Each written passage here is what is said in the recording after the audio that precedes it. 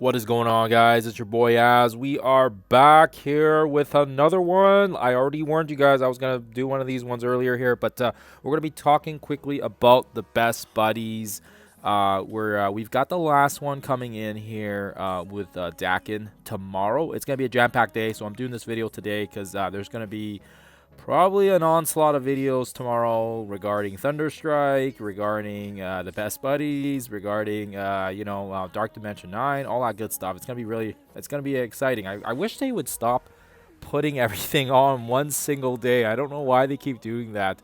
Like, space it out. Put one on Monday and then put one on Tuesday or something. I don't know how they decided this. But anyways, the things that go on behind the scenes there always makes me wonder what is going on there. But anyways, so we've got Dakin coming in here. So, of course, he's going to be able to get the G20 access. I think a lot of people already had him kind of built up because he was like a war team. And he was also, I think, part of a leaderboard event where there was diamonds. I think it was like the claws out leaderboard event with Old Man Logan, and I know for sure I had some of these guys built up because I think if you had tier 19 or tier 20 on Dakin and Pandapool, you got points on the leaderboard, but I could be wrong here. But anyways, so we will hopefully get the G20 on him for free tomorrow, and as you guys can kind of see here, we should be able to at least once we do G20 him, we'll have basically the full set of these best buddies, and they should be key components to the next to whatever the next saga or the next Age of Fear, Age of Fear, one of these. I don't know if they're all going to be on the same team together or if they're all going to be part of a different team. I think there's a little bit of speculation and stuff floating around already, but let's quickly talk about how we can get his unlock. So tomorrow it's going to be the best villains, and actually I did have a chit chat about this last week. I do feel like out of the 5 sections, this one does appear to be one of the more forgiving ones because there is a lot of key characters here that people have already most likely built up, whether you're mid, whether you're early. Like, I know on my baby account, we for sure already have Vulture and we have Hobgoblin built up on my baby account. I think they're both 6 yellow or maybe even 7.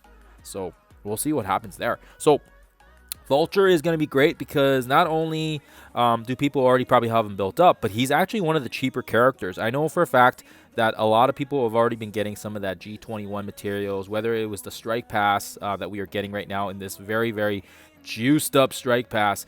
And also, if you've been following along here with the Arsenal upgrade, there's also the gear, the gear pieces, the skill gear that's coming in. So people are already looking at Punisher. People are already looking at Vulture because they are very, very, very cost-effective characters, and they are very, very good for what you get out of their value. So again, here, as you see here, Vulture, we only really need 2 pieces. And again, if we bought that Strike Pass, we would easily get him up here to tier 21, no problems.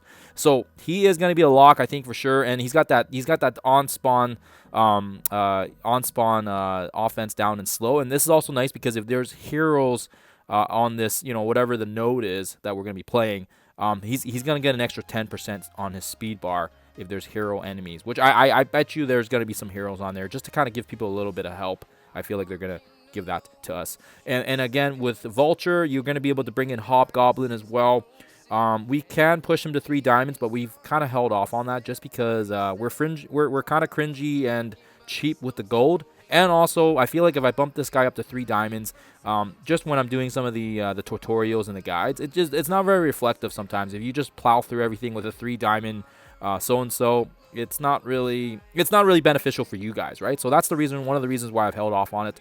And again, those are just 2 of the key pieces, right? I feel like if you have your Shocker built up as well, he's going to be another one. And again, there's that synergy with the 3 of them, and then you can kind of just mix and match. I mean, there's lots. I think there's going to be lots of synergy with if you're trying to double dip a little bit here from the previous Spider buddies. You'll also see here that we have Carnage and we also have Red Goblin from the last C.H.A.D.E.D.I.E event, right? So if you're trying to double dip and you're trying to focus on some key characters, for sure, get the most out of your bang from focusing on the Hive Mind, and that includes Carnage and of course Hobgoblin. I know on my, or sorry, not Hobgoblin, Red Goblin and Carnage. And again, there's a few characters here you can bring up as well as the 5th, but I feel like those 4 will most likely get the job done here. Of course, if you guys have Winter Guard built up and you got Omega Red, or you have LDS, because she is also cheap and very, very, very good as well. Another two-piece that I brought up for my Dark Dimension. Oh, sorry, not Dark Dimension. Sorry, for my Professor Xavier, because she was also a two-piece, right? So she's got really fast on-spawn speed.